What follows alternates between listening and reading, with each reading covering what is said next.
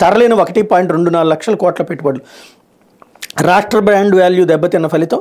పునరుత్పాదక ప్రాజెక్టుల పేరుతో అస్మదీయ కంపెనీలకు భూముల సంతర్పణ. గత ప్రభుత్వ హయాంలో వచ్చిన పెట్టుబడులే అధికం. ఇది ఇంతకంటే దిగజారుడు ప్రమాణాలు మరేమీ ఉండవు. చంద్రబాబు టైంలో కంటే కూడా జగన్ హయాంలో, చంద్రబాబు టైంలో అదాని వచ్చి అన్న పెట్టుబడి పెట్టాడా? చివరిలో పెడతామన్నారు అన్నటువంటిది. అంబానీ పెట్టుబడి పెట్టాడా? ఇప్పుడు ఇక్కడ పెట్టారే. బజాంకా పెట్టారే. అట్లాగే జిందాల్ పెట్టాడే పెట్టుబడులు. ఈ టైంలో ఇన్ఫోసిస్ తోడొచ్చి కార్యాలయం కూడా పెట్టేశాడే.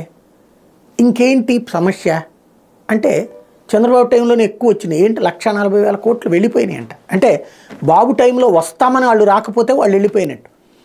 అదే సందర్భంలో జగన్మోహన్ రెడ్డి టైంలో వచ్చినోడిని మేము కౌంట్ అయ్యాం.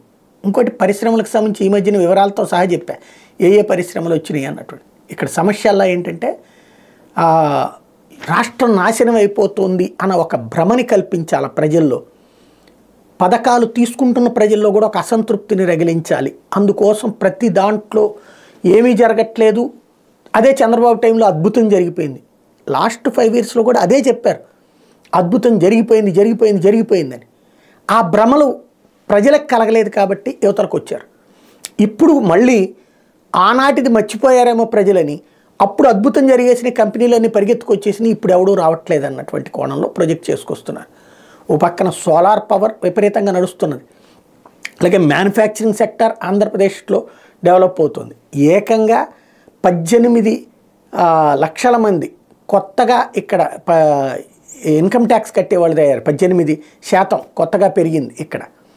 ఇలాంటిది అంటే రాష్ట్రంలో పెరుగుతున్న వాటిని, అంటే డబ్బులు లేకుండా ఇన్కమ్ ట్యాక్స్ కడతాడు ఎవడన్నా? కట్టడు కదా ప్రాక్టికల్గా. దాన్ని బట్టి ఇక్కడ జరుగుతున్నటువంటి మార్పుని అధపాతాళానికి తొక్కేసి ఇక్కడంతా నాశనం అయిపోతుందని దేశంలోనూ విదేశాల్లోనూ ఉండేటటువంటి తెలుగు వాళ్ళని మోసం చేయటం, వాళ్ళ ద్వారా వాళ్ళ బంధువులు ఇక్కడ ఎవరైతే ఉంటారో మధ్యతరగతి, ఎగువ మధ్యతరగతికి సంబంధించిన వాళ్ళు, వాళ్ళ మీద ఇన్ఫ్లుయెన్స్ చేయడం కోసం చేస్తున్నటువంటి ఒక ప్రయత్నం. ఎందుకంటే లేబర్ దగ్గర ఈ నాటకాల పనికిరావు, లేబర్ ఈ పేపర్లు చదివే తీరిక కూడా ఉండదు. కాబట్టి మధ్యతరగతిని మోసం చేయటం, మాయ చేయడం కోసం జరుగుతున్నటువంటి ప్రయత్నం. ఖచ్చితంగా ఎవరికి వాళ్ళకి మంచి జరిగిందా లేదా అన్నటువంటిది వాళ్ళని ఎంపిక చేసుకోవడంలో తప్పే లేదు. అది రాజకీయ పార్టీలు మాట్లాడాలి. కానీ పత్రికలు అబద్ధాలని అచ్చేస్తున్నప్పుడు మాత్రమే మనం ఇక్కడ మాట్లాడుతున్నటువంటి అంశం నడుస్తుంది. లేకపోతే